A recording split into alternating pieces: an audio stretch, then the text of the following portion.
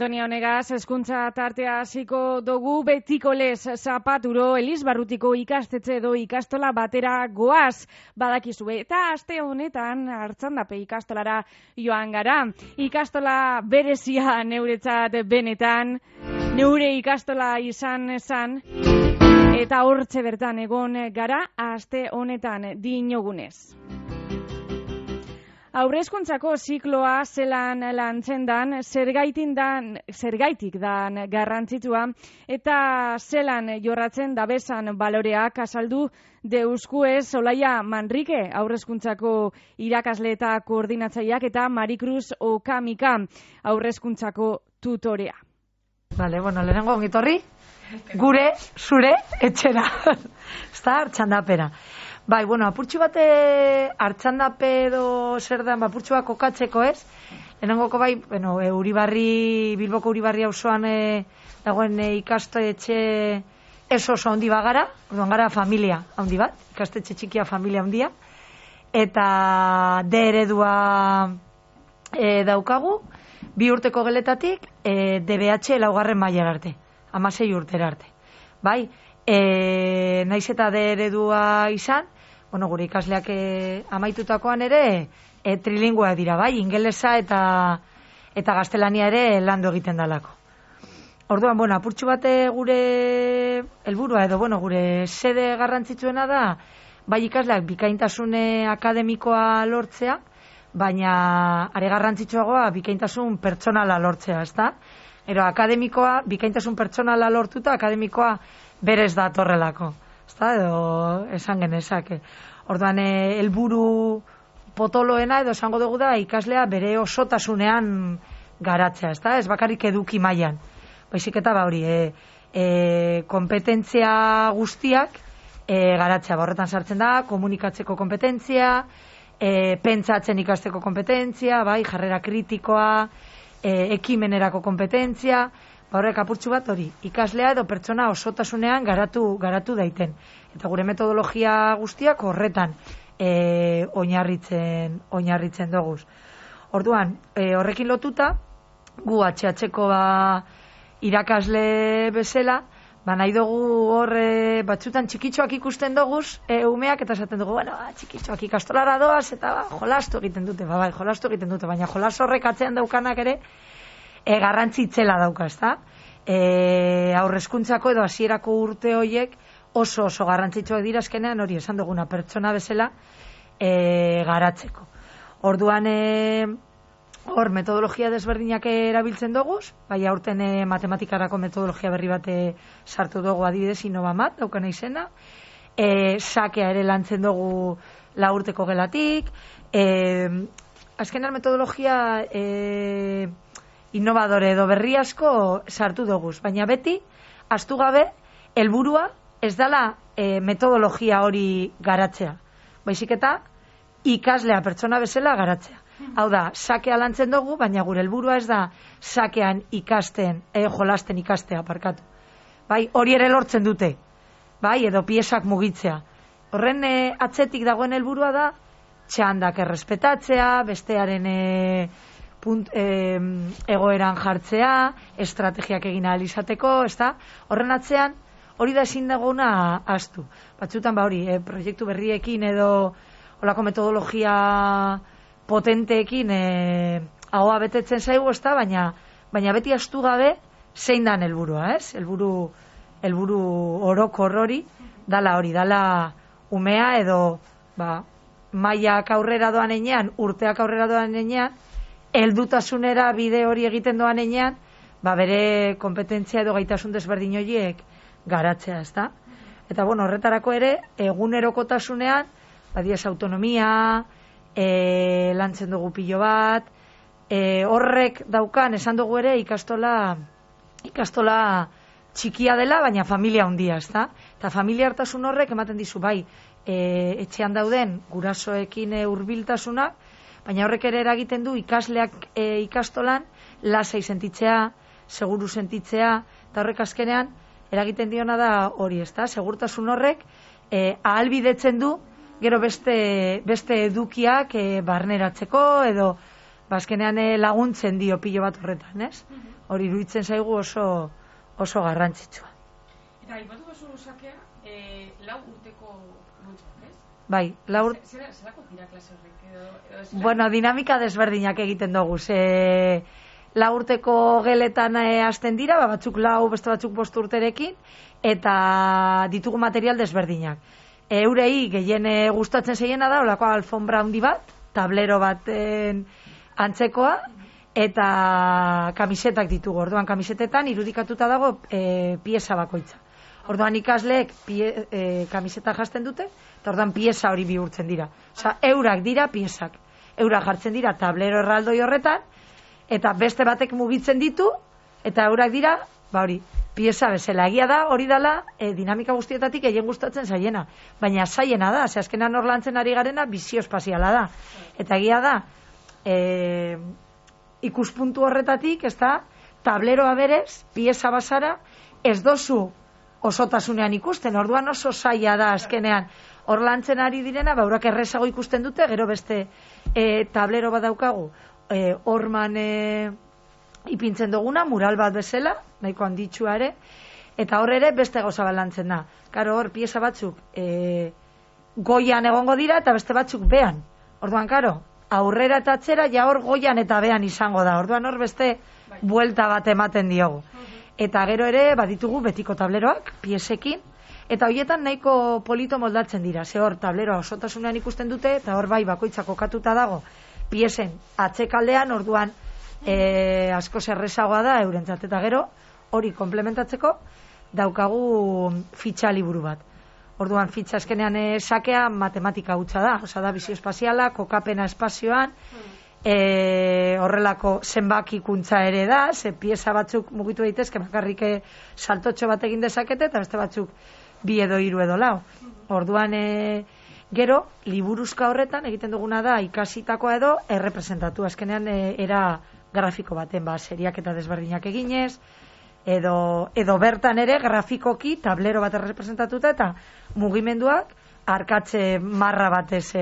Nik uste dut denetari dagoela, eurei gustatzen zaie. Baina egia da, batzuentzat zailagoa dela, bizio espazialarena kostatzen zaie nahikotxo hain txikiak izan da. Orduan, egia da normalean, oso abila direna, jarraian ikusten dutenak eta oso motivatuta egoten dira, eta beste batzuei gehiago kostatzen zaie, baina gero egia da, pieza bakoitza, bere txontxongiloa daukala, eta orduan alde horretatik, saiatzen zara ere, edo saiatzen gara purtsu bat, euren motivazio eta pizten, ez?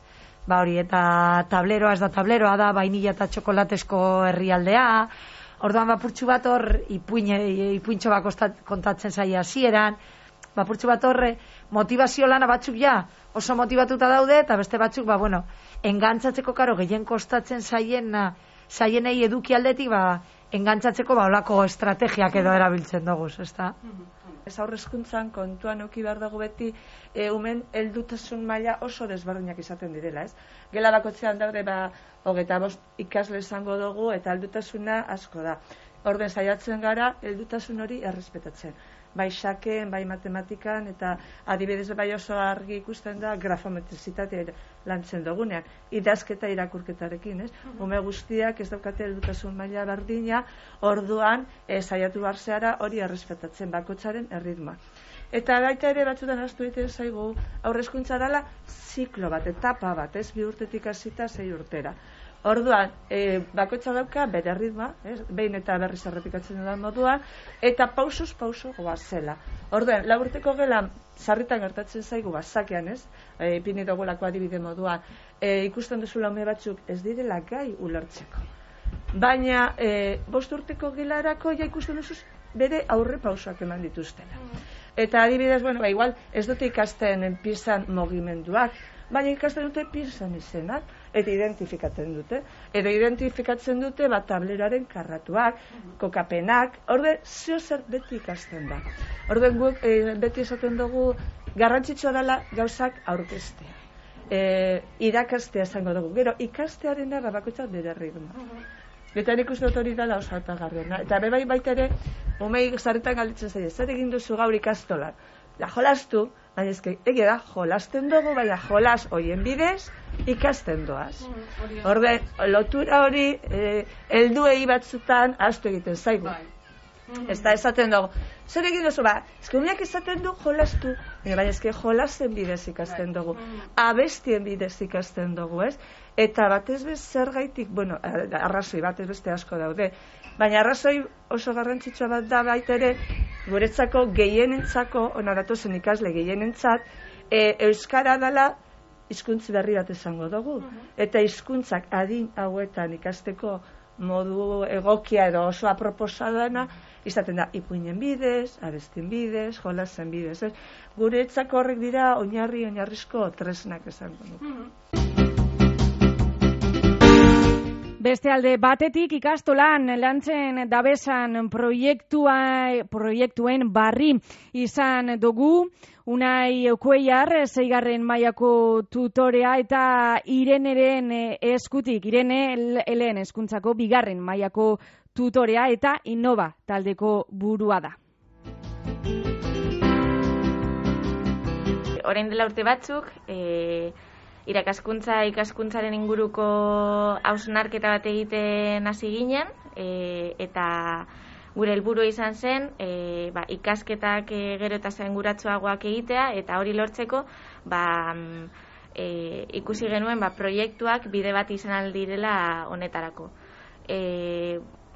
Gure helburua da kompetentziak bebai garatzea, gure ikasleak kompetenteak izatea, oinarrizko kompetentziak eta disiplina barneko kompetentziak garatzea, eta hori lortzeko ikusi genuen proiektuak edo proiektuekin lortzen genuela, eta horretan apostu bat egin dugu. Horretarako Innova talde bat dago ikastolan, eta pizkat bideratzen duguna da ikasturte hasieretan finkatzen dira noiz izango diren lehenengo tamen gaiak, ze gai jorratuko dituzten proiektu hauek, eta ardatz pedagogiko hau izeneko gai batzuk finkatzen ditugu. Zer dira ardatz pedagogiko hauek? Ikastola osoan, HH-tik DBH-era, saiatzen gara beti hildo berdinean lan egiten. Hau da, gai bat jartzen dugu, adibidez historia, eta HH-tik DBH-ko 2. mailara arte, saiatzen gara, eduki horiek sekuentziatzen, saiatzen ez errepikatzen, edo gutxienez, jarraipen bat egiten. Azkenean helburua da ikasleak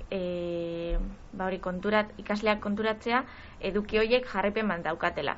Ez dutela lantzen historia lehenengo mailan eta listo, historia ibilbide bat daukala, eta ibilbide hori jorratzen edo lantzen joango dira txikitatik, ikastola amaitzen duten erarte. Eta ikusiko dute, hori zelan historiaren aldaketak maila desberdinetan zehar. Gero noski, proiektu hauek oso desberdinak dira. Ezin duzu berdina egin HH 3 urteko gelan, edo DBH edo lehen hezkuntzako 6. mailan. Orduan, horretarako, edukiak sekuentziatzen ditugu, gero proiektuak guztiz desberdinak dira, baina atal batzuk beti ematen dira. Orduan, hori ere, Innova taldetik finkatu dugu formakuntza baten bitartez eta pizkat proiektu bakoitzaren atala edo ezaugarriak. Orduan, beti hasten gara boom batekin. Gure helburua da ikasleak harritzea, jakinmina piztea, ikertzeko gogoa sortzea, ikasteko nahia. Orduan beti egiten dugu zerbait berezia. Adibidez, urte batean historiaren proiektuari hasiera emateko, irakasle guztiak mozorratu ginen eta historia lerroa sortu genuen patioan. Joan ginen apurka-apurka ateratzen, eta ikusi zuten irakasle desberdinak modu arraro edo berezi batean mozorratuta, eta hau zer da, zertaz daude mozorratuta, zergaitik jarri dira lerro batean, hasten dira pentsatzen, eta jakin min hori pizten dugu eta ikertzeko gogoa. Ze kuriosa hori, Pero egiten duguna da, ekintza batzuk eramaten ditugu aurrera, eta beti saiatzen gara sortzen edo pizkat erakartzen hori hausnartzeko momentuak, hau da, zelan heldu diren ikasketa hori ematera. Ikasketa ez bakarrik zer ikasi duten, baizik eta nola. Eta guzti hori plasmatzen dute edo jartzen dute portfolio batean, dela kuadernotxo bat, non bertan beti taldeka lan egiten dute, orduan lan kooperatiboa ere erabiltzen dugu, gero haien hausnarketak metakognizioak deitzen diegula, eta azkenik pentsamendu errutinak edo giltzak edo lan. Direla ekintzak eta holan, baina ematen diogu garrantzia asko, pentsatzen eta ematen duten prozesu horri. Bai.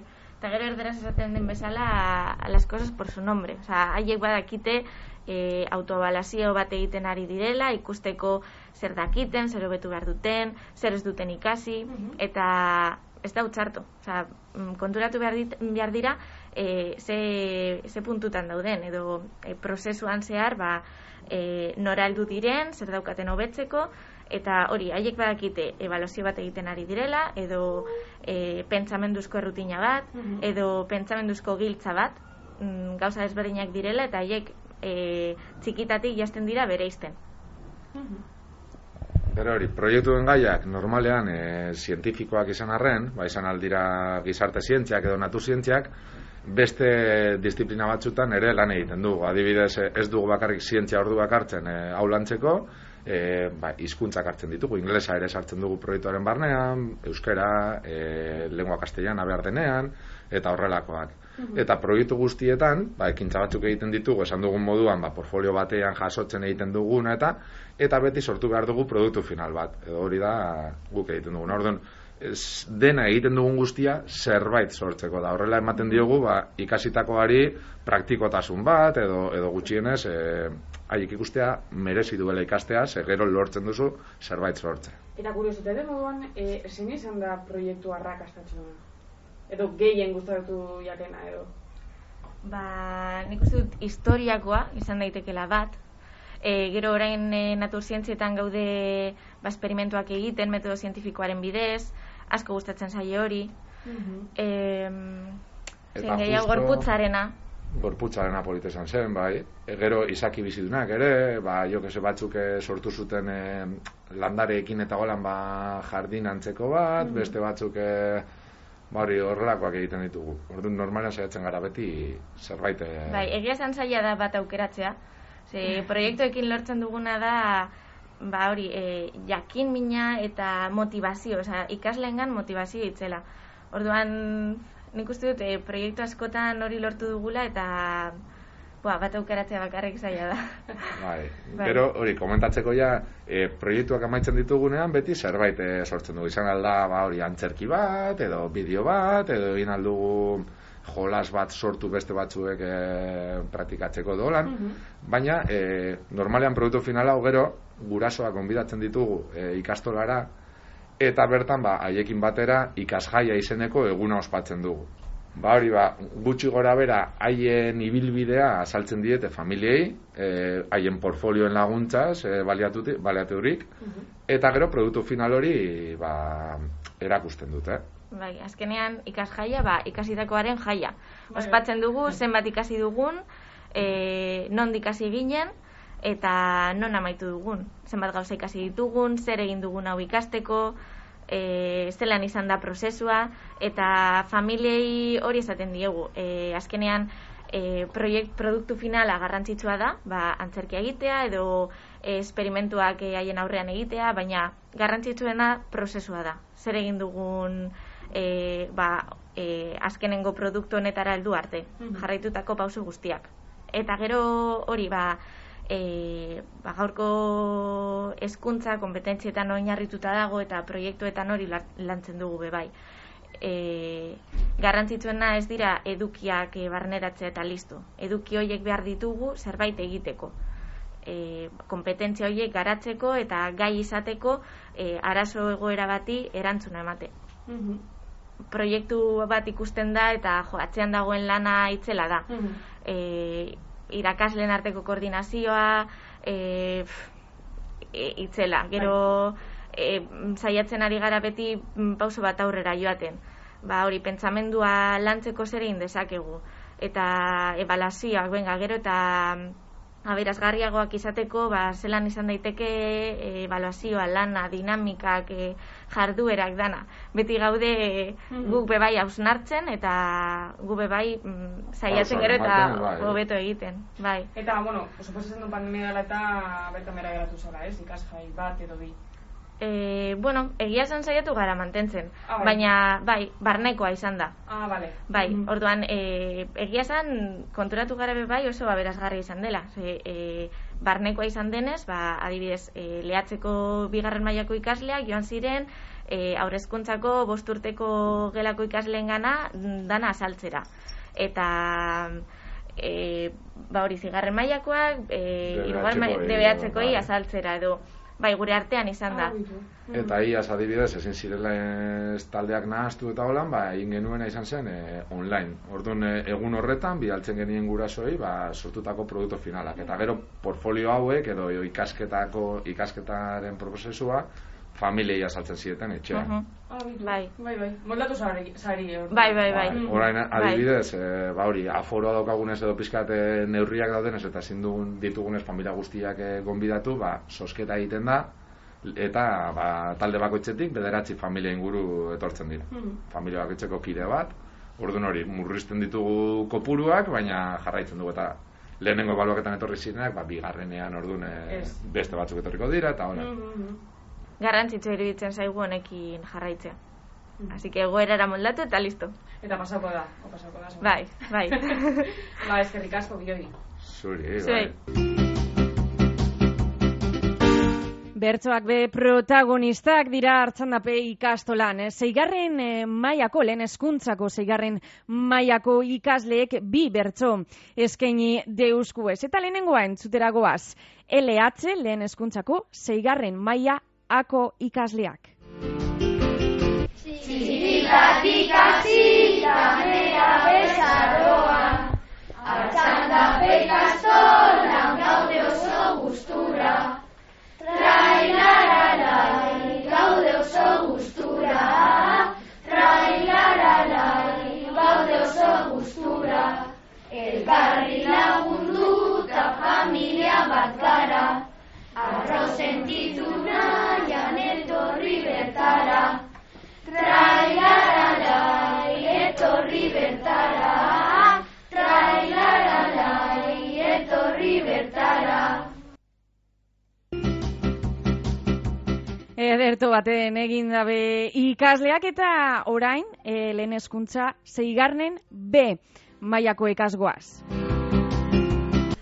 Gogoko bihotzean uri bat osoan, Artxandape ikastola duzu hortxe bertan, euskaldun izateko euskara ahoan, gure artean hori modua beratzean.